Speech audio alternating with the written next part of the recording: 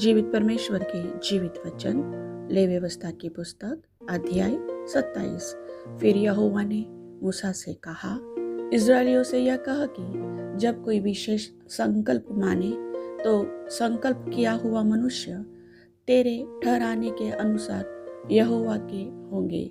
इसलिए यदि वह 20 वर्ष या उससे अधिक और 60 वर्ष से कम अवस्था का पुरुष हो तो उसके लिए पवित्र स्थान के शेकेल के अनुसार 50 शेकेल का चांदी ठहरे।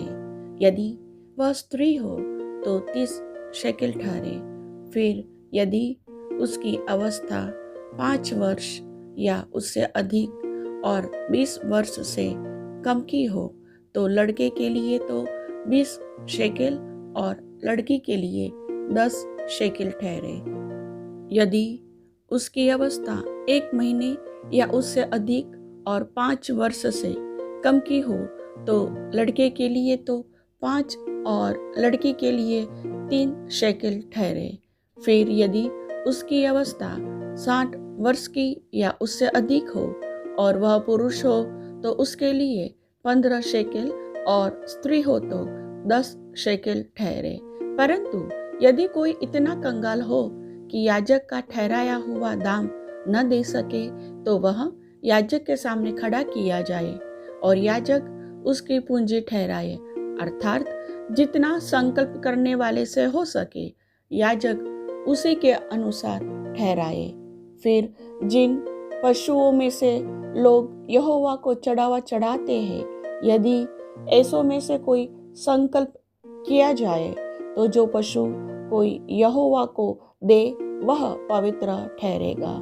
वह उसे किसी प्रकार से न बदले, न तो वह बुरे के बदले अच्छा और न अच्छे के बदले बुरा दे।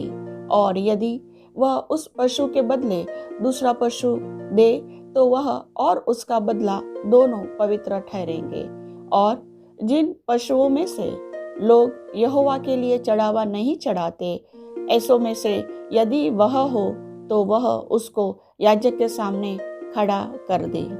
तब याजक पशु के गुण अवगुण दोनों विचार कर उसका मोल ठहराए, और जितना याजक ठहराए उसका मोल उतना ही ठहरे।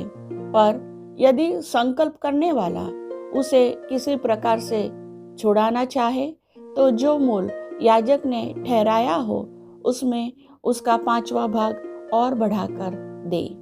फिर यदि कोई अपना घर यहोवा के लिए पवित्र ठहराकर संकल्प करे तो याजक उसके गुण अवगुण दोनों विचार कर उसका मोल ठहराए, और जितना याजक ठहराए उसका मोल उतना ही ठहरे। और यदि घर का पवित्र करने वाला उसे छुड़ाना चाहे तो जितना रुपया याजक ने उसका मोल ठहराया हो उसमें वह 5वां भाग और बढ़ाकर दे, तब घर उसी का रहेगा।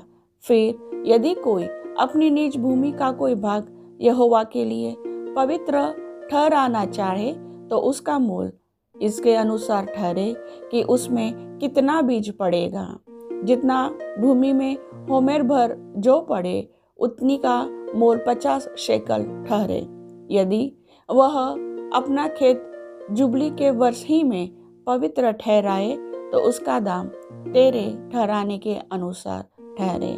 और यदि वह अपना खेत जुबली के वर्ष के बाद पवित्र ठहराए तो जितने वर्ष दूसरे जुबली के वर्ष के बाकी रहे उन्हीं के अनुसार याजक उसके लिए रुपये का हिसाब करे।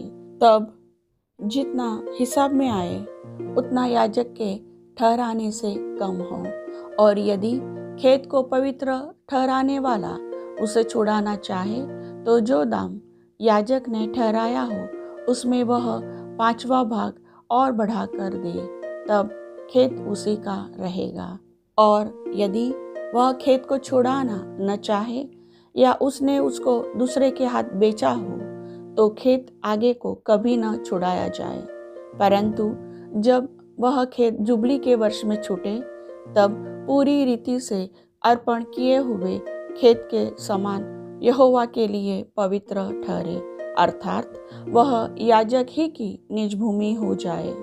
फिर यदि कोई अपना मोल लिया हुआ खेत जो उसकी निज भूमि के खेतों में का न हो यहोवा के लिए पवित्र ठहराए। तो याजक जुबली के वर्ष तक का हिसाब करके उस मनुष्य के लिए जितना ठहराए उतना ही वह यहोवा के लिए पवित्र जानकर उसी दिन दे दे। जुबली के वर्ष में वह खेत उसी के अधिकार में जिससे वह मोल लिया गया हो फिर आ जाए, अर्थात जिसकी वह निज भूमि हो उसी की फिर हो जाए। जिस जिस वस्तु का मूल याजक ठहराए उसका मूल पवित्र स्थान ही के शेकेल के हिसाब से ठहरे, शेकेल 20 गेरा का ठहरे। परंतु घरेलू पशुओं का पहलौठा जो पहलौठा होने के कारण यहोवा का ठहरा है उसको कोई पवित्र न ठहराए, चाहे वह बछड़ा हो चाहे भेड़ या बकरी का बच्चा, वह यहोवा ही का है। परंतु यदि वह अशुद्ध पशु का हो तो उसका पवित्र ठहराने वाला उसको याजक के ठहराए हुए मोल के अनुसार उसका 5वां भाग और बढ़ाकर छुड़ा सकता है, और यदि वह न छुड़ाया जाए तो याजक के ठहराए हुए मोल पर बेच दिया जाए। परंतु अपनी सारी वस्तुओं में से जो कुछ कोई यहोवा के लिए अर्पण करे, चाहे मनुष्य हो चाहे पशु चाहे उसकी निज भूमि का खेत हो, ऐसी कोई अर्पण की हुई वस्तु न तो बेची जाए और न छुड़ाई जाए। जो कुछ अर्पण किया जाए वह यहोवा के लिए परम पवित्र ठहरे। मनुष्यों में से जो कोई मृत्यु दंड के लिए अर्पण किया जाए वह छुड़ाया न जाए, निश्चय वह मार डाला जाए।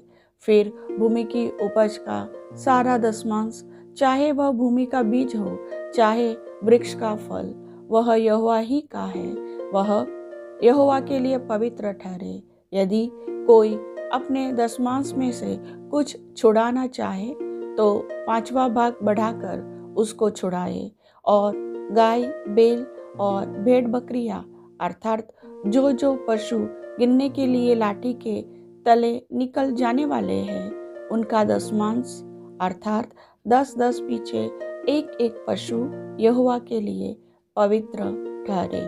कोई उसके गुण अवगुण न विचारे और न उसको बदले, और यदि कोई उसको बदल भी ले तो वह और उसका बदला दोनों पवित्र ठहरे और वह कभी छुड़ाया न जाए। जो आज्ञाएं यहोवा ने इस्राएलियों के लिए सीनै पर्वत पर मूसा को दी थी वे यही है। प्रभु वचन के सुनने वाले सभी भाई बहनों को आशीष दे। आमीन।